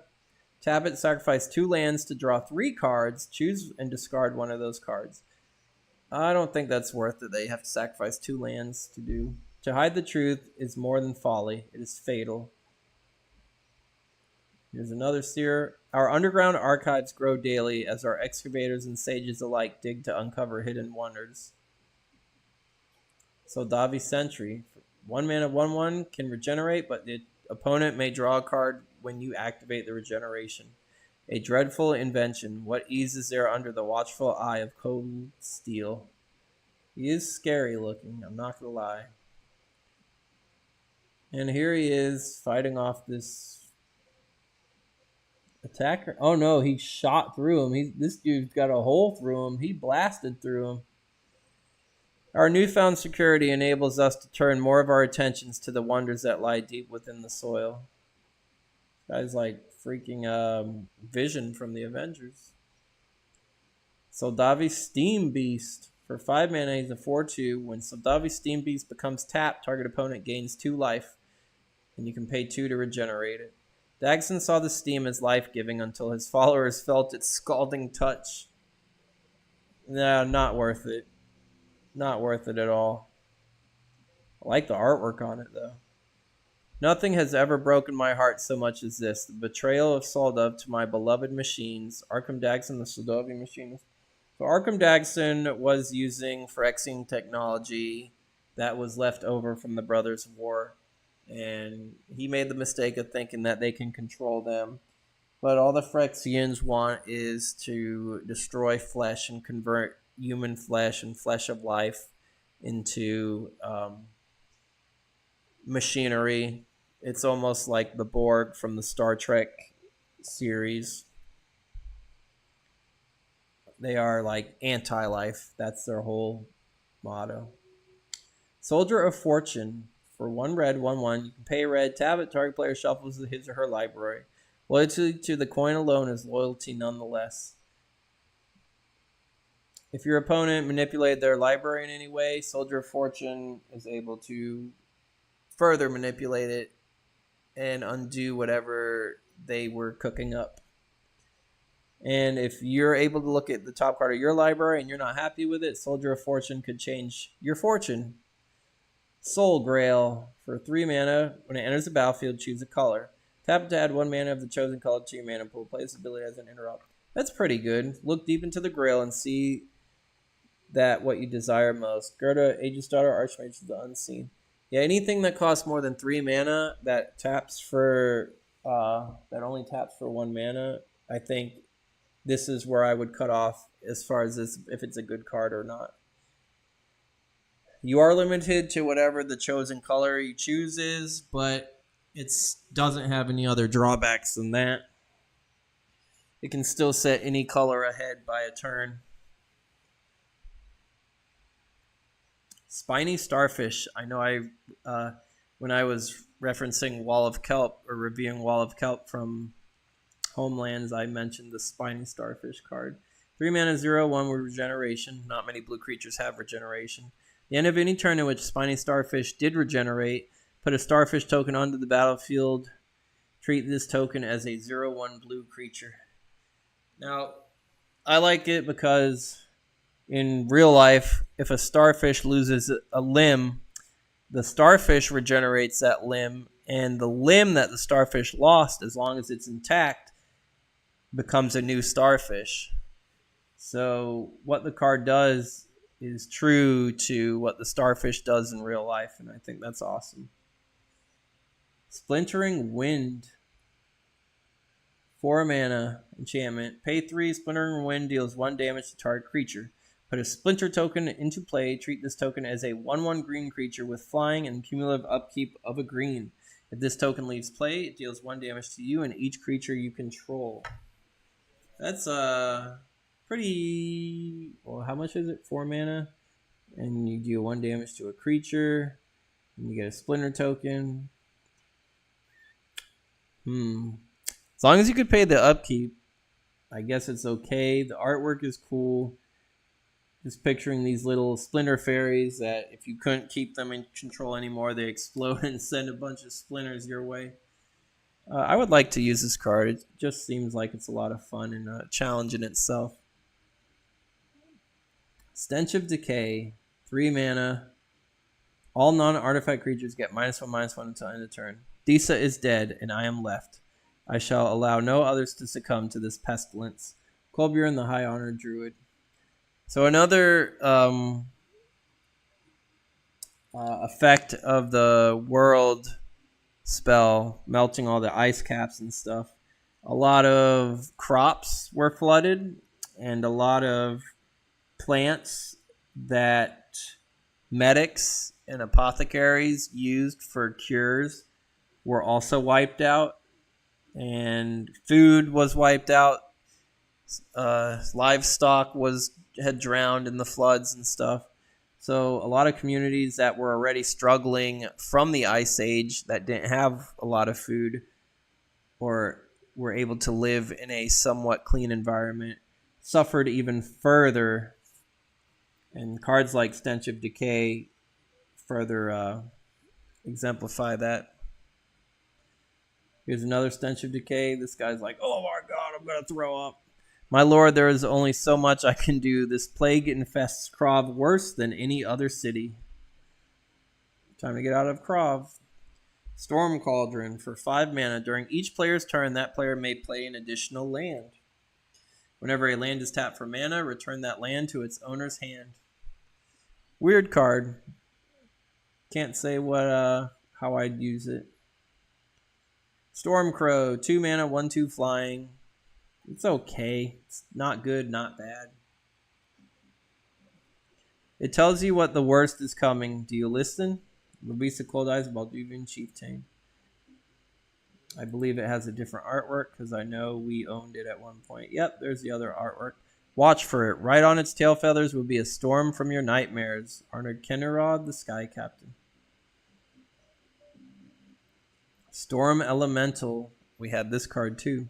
6 mana, 3/4 flying. That doesn't seem good at all. Pay a blue. Remove the top card of your library from the game to tap target creature with flying. That's okay. Pay a blue. Remove the top card of your library from the game. If that card was a snow-covered land, Storm Elemental gets +1/+1 until end of turn. So even if you're using snow-covered lands, you're not guaranteed to get the bonus. It is cool that it can tap down other creatures with flying, essentially making this creature unblockable. I just wish it didn't cost 6. If it costs 5, I would say it's good, but 6, the 6 mana really hurts. I don't remember using the card. I do remember owning it, or at least one of my brothers had it as well, and I don't ever remember it. I don't even know if it even made it to any battlefields or not. I have no memory of interacting with the card other than seeing it. Storm Shaman, 3 mana, 0/4. It has the fire breathing ability. Let lightning be your warning and the thunder your battle cry.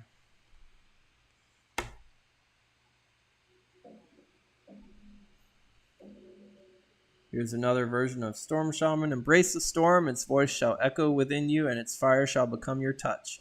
These are Cold Eyes, the Balduvian Chieftain. I had these in my fire-breathing deck, but I had replaced them with other creatures that had at least 1 or 2 power. So even if I didn't have the mana for fire-breathing, they could at least deal some damage. Stromgald Spy for 4 mana, 2/4. If it attacks and is not blocked, you may choose to have it do no damage to the defending player this turn. If you do so, defending player must play with his or her hand face up on the table until Stromgald Spy leaves play. That's cool. Knowledge is half the battle. Suffocation. No breathing. Just kidding. 2 mana. Play only when a red sorcery instant has dealt damage to you. Suffocation deals 4 damage to that spell's caster.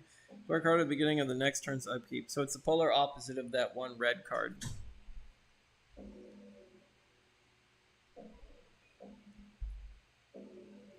Surge of Strength. Choose and discard a red or green card from your hand to have target creature gain trample and get plus X power into end of turn, where X is equal to the creature's casting cost. This is that paladin that was on the card Justice. Sustaining Spirit. 2 mana, cumulative upkeep of 2. Any damage that would reduce your life total to less than 1 reduces less than 1, instead reduces it to 1. Faith is our greatest protector. Cumulative upkeep is pretty heavy though. Swamp Mosquito. 2 mana, 0/1 flying. If Swamp Mosquito attacks and is not blocked, the defending player gets a poison counter. If a player has 10 or more poison counters, they lose the game. I went hiking yesterday with my friend Eddie, and we definitely got tore up by mosquitoes. I got bit more than 10 times. I had more than 10 bites on my body. Thankfully, they weren't the poison kind.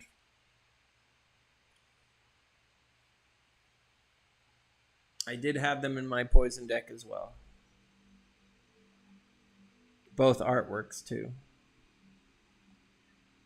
Sworn Defender, 4 mana, 1/3. Change Sworn Defender's power and toughness. Change Sworn Defender's power to the toughness of target creature blocking or being blocked by it, -1 until end of your turn. Do the same with its toughness plus the power of that creature. That's too much math for this creature.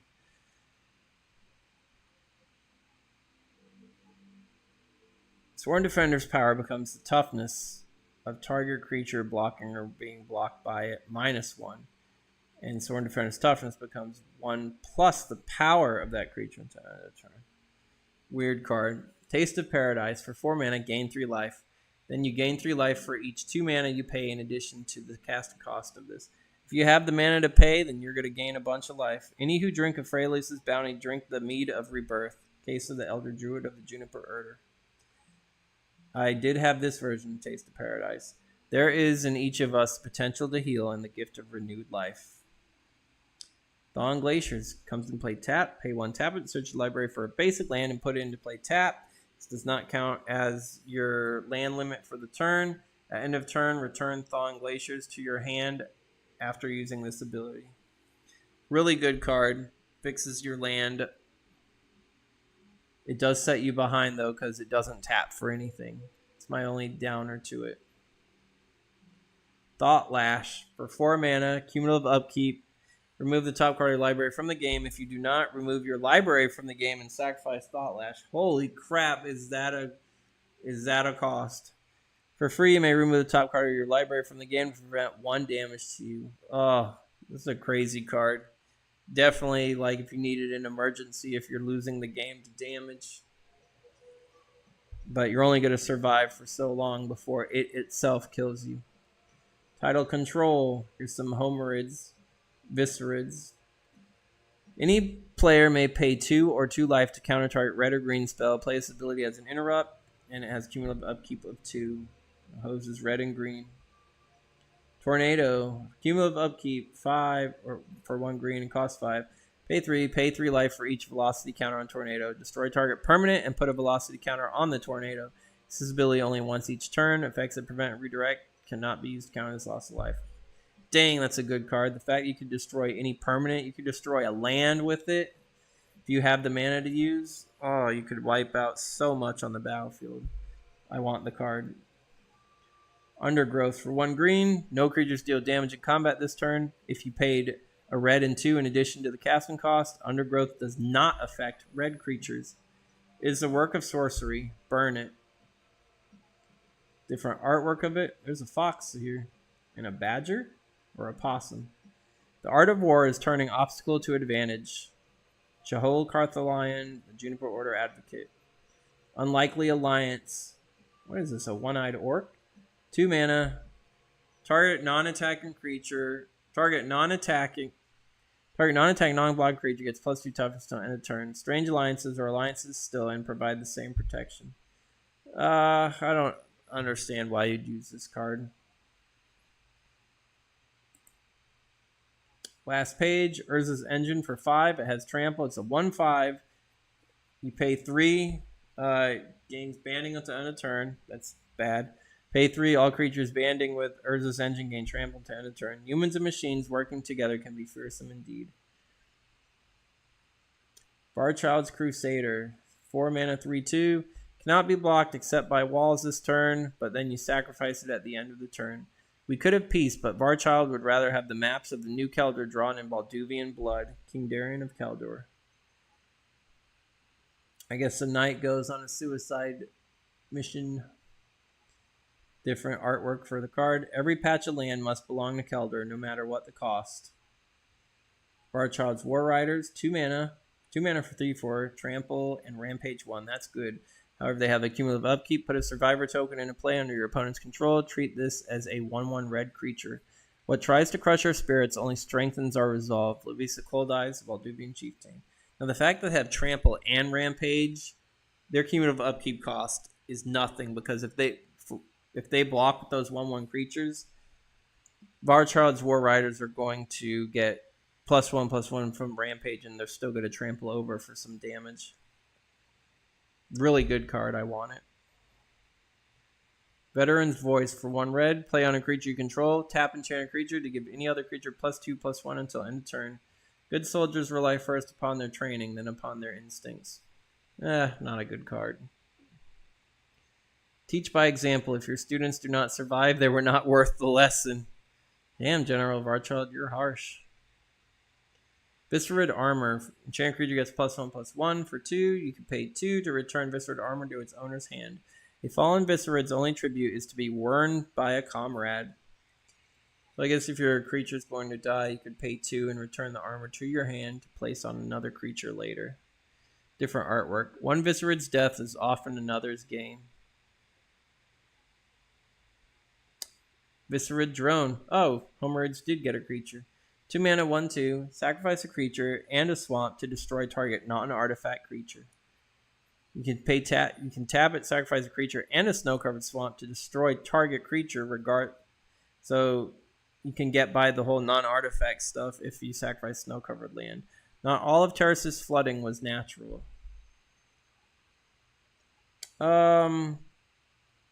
Good for blue, but you have to at least play black-blue, because if you can't sacrifice a swamp, then you're not destroying anything with it.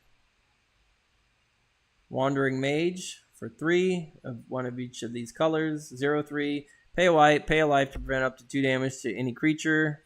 Pay a blue, prevent 1 damage to any cleric or wizard. Pay a black, put a -1/-1 counter to our creature you control to prevent up to 2 damage to any player. The blue ability is really good in clerics or wizards decks. Overall, it's decent for its options.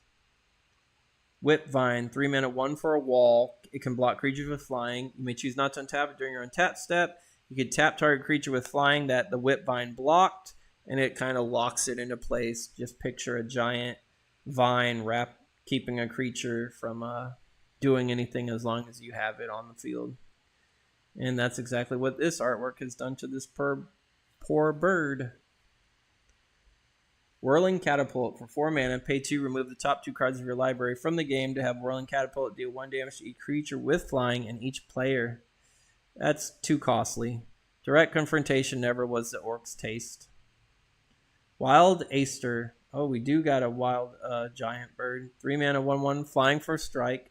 Pay double white to have it +2 power until end of turn. You cannot spend this more than once each turn. So you have to have at least 2 white open to make it a 3/1. But a 3/1 with flying and first strike is really good. High in the Karplusin's Death is Swift and Razor Clawed. Man, there's so many cards from Alliances that I didn't know existed that I want now. Different artwork for it.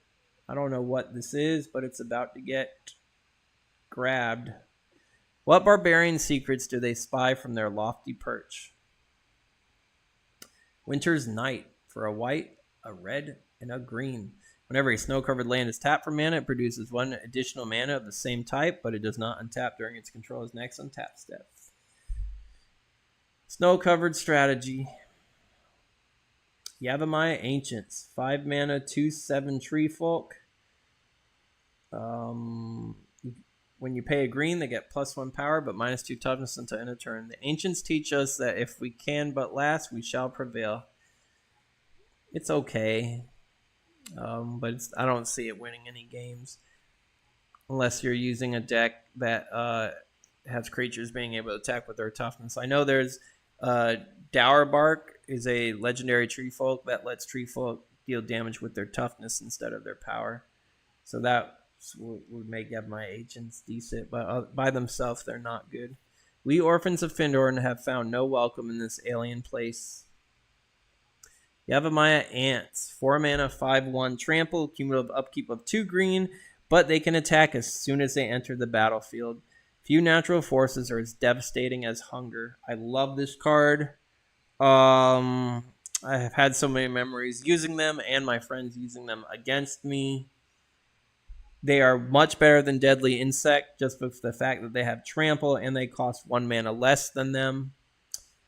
Do I choose them over the Kelderin High Guard skeleton? It's a hard choice. I'm still going to stick with the skeleton. And that wraps up the Alliances set review. We'll go back to my skeleton before we end our stream. If I can get my mouse to scroll up correctly.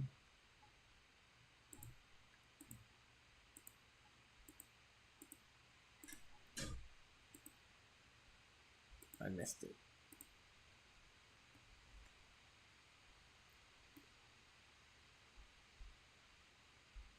Oh, what was it? I should not. It's Limdal's High Guard. There he is, right there. So this wraps it up for this stream. If you played or had any Alliances cards, please let me know in the comments below. Next time we will be reviewing the Mirage block. We are getting much closer to when I started playing Magic. What sets were new at the time when I was. And a new section of the story in a new area of the Plane of Dominaria. So in the meantime, I thank you for watching this video. I do hope that it does bring back some memories of when you did play Magic, or for those of you who still play. And if you didn't know, like me, a lot of these cards in this set did not exist. If you want them for your play group, if you play Commander or Kitchen Table Magic, some of these cards you can still order today through the power of the internet. Some of them more costly than others, of course. But make your alliances, have fun with your friends, and overall, be safe and have a good night. Thanks for tuning in, and I'll see you next time.